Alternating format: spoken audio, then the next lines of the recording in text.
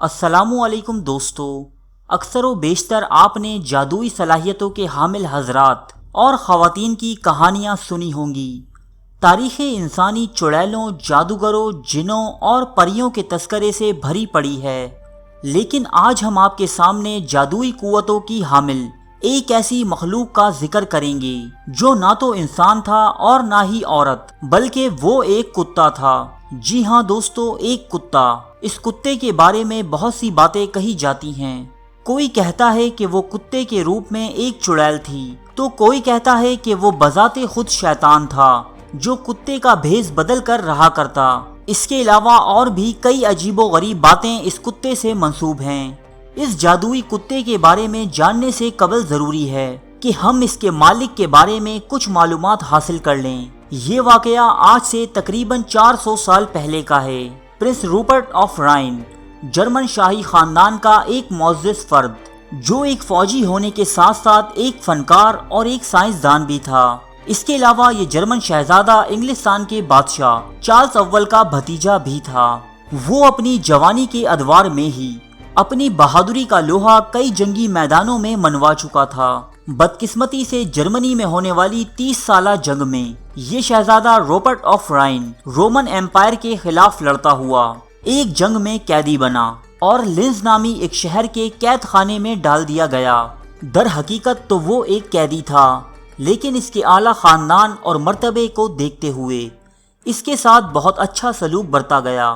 اس اچھے سلوک کی ایک بنیادی وجہ یہ بھی تھی کہ شہزادے کو شاہی خاندان سے متنفر کر کے کیتھولزم میں داخل کرنا تھا۔ قید کے اسی زمانے میں شہزادے کے ایک انگریز دوست نے اسے نہایت ہی اعلیٰ اور نایاب نسل کا ایک چھوٹا سا شکاری کتا تحفے میں دیا۔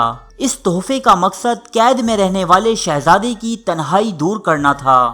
یہ کتا، جو در حقیقت ایک مادہ یعنی ایک کتیا تھی، اس کے باوجود شہزادے روپرٹ نے اس کا نام بوائے رکھا۔ اس وقت تک یہ بات کوئی نہیں جانتا تھا کہ یہ معمولی سا کتا ایک دن انگلستان کی ایک با اثر اور سیاسی شخصیت بن جائے گا۔ آخر کار کچھ دن بعد شہزادے روپرٹ آف رائن کو اس قید خانے سے آزادی ملی۔ ان دنوں انگلستان میں سول وار یعنی خانہ جنگی شروع ہو چکی تھی۔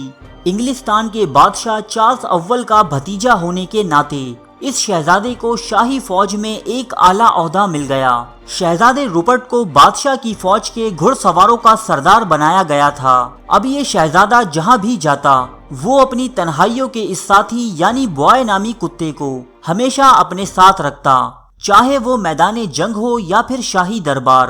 بوائے نامی یہ کتا ہمیشہ اپنے مالک کے ہمراہ پایا جاتا۔ انہی وجوہات کے باعث یہ کتا بھی یورپ میں اتنا مشہور ہو گیا کہ جتنا اس کا مالک یعنی شہزادہ روپرٹ آف رائن تھا۔ رفتہ رفتہ فوج میں اس کتے کی شمولیت کو ہار یا جیت کی وجہ سمجھا جانے لگا۔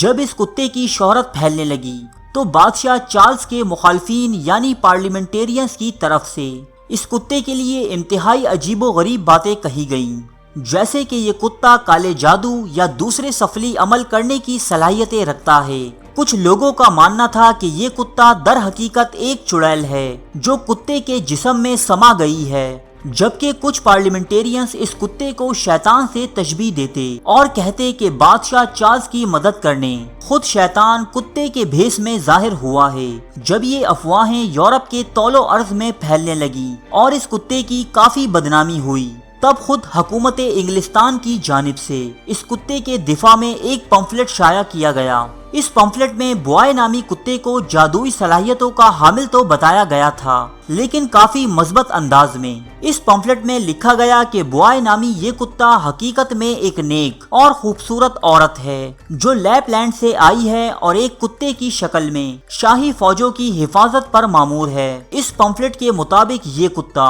سونگ کر زمین میں چھپے خزانے ڈھونڈ نکالنے کا ماہر تھا۔ اس کے ساتھ ساتھ یہ کتا دشمنوں کی جانب سے کیے گئے حملے روکنے کی صلاحیت بھی رکھتا تھا، تانبے کو سونے میں تبدیل بھی کر سکتا تھا، وغیرہ وغیرہ۔ یہ سب دیو مالائی کہانیاں ایک طرف، اس کتے یعنی بوائے کو برطانوی شاہی فوج میں ایک خاص اہمیت اور عزت حاصل تھی۔ شاہی فوج میں اس جادوئی کتے کا عہدہ سارجنٹ میجر جنرل کا تھا۔ اور یہ کتا میدان جنگ میں اپنے مالک پرنس روپرٹ آف رائن کے شانہ بشانہ لڑا کرتا۔ وہ انگریزوں میں اتنا مقبول ہو چکا تھا کہ بادشاہ چارلس اول خود اپنے ہاتھ سے اسے کھانا کھلایا کرتا اور یہ کتا اس کے ساتھ کھیل کود کیا کرتا۔ اس کے برعکس مخالفین میں اس کتے کو مارنے پر بڑی بڑی انعامی رقموں اور اہم ترین عہدے دینے کا اعلان کیا گیا تھا۔ بوائے نامی اس کتے کی شہرت پہلے برطانیہ، پھر یورپ اور اب دنیا بھر میں پھیل چکی تھی، یہاں تک کہ اس کتے کے چرچے ترکوں کے عثمانی دربار تک جا پہنچے۔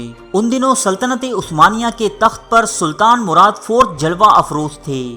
یہ باتیں جب سلطان مراد تک پہنچی تو آپ نے برطانوی سفیر کو دربار میں طلب کر کے برطانیہ سے بوائے جیسی صلاحیتوں کا حامل کتا منگوانے کی خواہش ظاہر کی۔ 1644 عیسوی میں بیٹل آف ماسٹن نامی جنگ کے دوران بدقسمتی سے یہ کتا مارا گیا۔ حالانکہ یہ کتا دوران جنگ ایک محفوظ کیمپ میں موجود تھا، مگر کسی نہ کسی طرح وہ اس کیمپ سے بھاگ نکلنے میں کامیاب رہا۔ جنگ اس وقت اپنے عروج پر تھی۔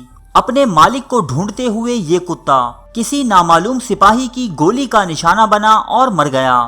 جب اس کتے کی موت کی خبر میدان جنگ میں پھیلی تو شاہی فوج کے عزائم دم توڑ گئے اور یہ جنگ پرنس روپرٹ آف رائن کی شکست پر ختم ہوئی۔ جہاں بوائے نامی اس کتے کی موت بہت سے لوگوں کے لیے حیرانی کا باعث بنی، وہیں لوگوں کی ایک بڑی تعداد کے لیے یہ ایک المناک سانحے سے کم نہ تھی۔ ظاہر ہے کہ یہ کتا کسی جادوئی طاقت کا مالک نہیں تھا، بلکہ یہ تو ان لوگوں کی گھڑی ہوئی کہانیاں تھیں جنہوں نے یورپ کی کئی معصوم لڑکیوں کو چڑیل قرار دیتے ہوئے زندہ جلا دیا تھا۔ اب انہیں چڑیل نہ ملی تو کتے کو ہی چڑیل بنا دیا۔ بہرحال اس کتے کو آج بھی شاہی خاندان کے ایک رکن کے طور پر جانا جاتا ہے اور اسی کتے یعنی بوائے کو برٹش آرمی سروس میں پہلا کتا ہونے کا اعزاز بھی حاصل ہے۔ ارے فرینڈز، ایک منٹ، آپ ایسے ہی جا رہے ہیں؟ اتنی محنت سے ویڈیو بنائی ہے، ایک لائک تو بنتا ہے نا؟ اور دوسرا یہ کہ آپ ہمیں اتنی بڑی دنیا میں دوبارہ کیسے ڈھونڈیں گے؟ تو اس کا حل یہ ہے کہ آپ ہمارے چینل کو سبسکرائب کر لیجئے اور اس بیل کے آئیکن کو کلک کر دیجئے۔ اس طرح ہمارے آنے والی تمام ویڈیوز آپ تک پہنچتی رہیں گی۔ ارے ڈریے مت، یہ بالکل فری ہے۔